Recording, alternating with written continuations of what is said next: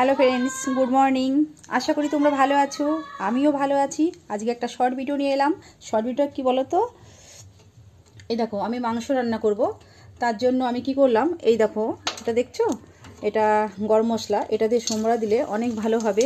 তারপর দেখো লঙ্কাটাও দিয়ে দিচ্ছি,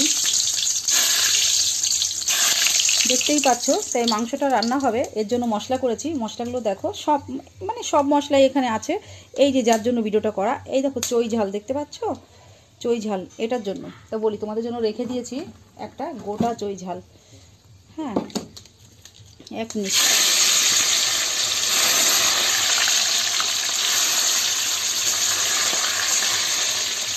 গোটা চই ঝাল।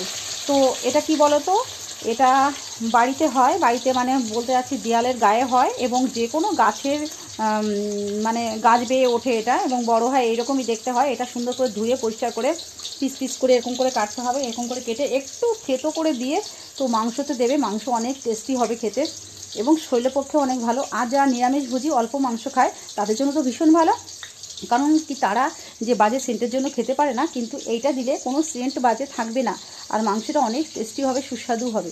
তা এটুকু বলি, তোমরা যখন মাংস রান্না করবে অবশ্যই চই ঝাল দিয়ে খাবে। আমরাও এইভাবেই খাই, কিন্তু খেতে ভালো লাগে। আর কি বল, কিছু বলার নেই। যদি ভালো লাগে তো সাবস্ক্রাইব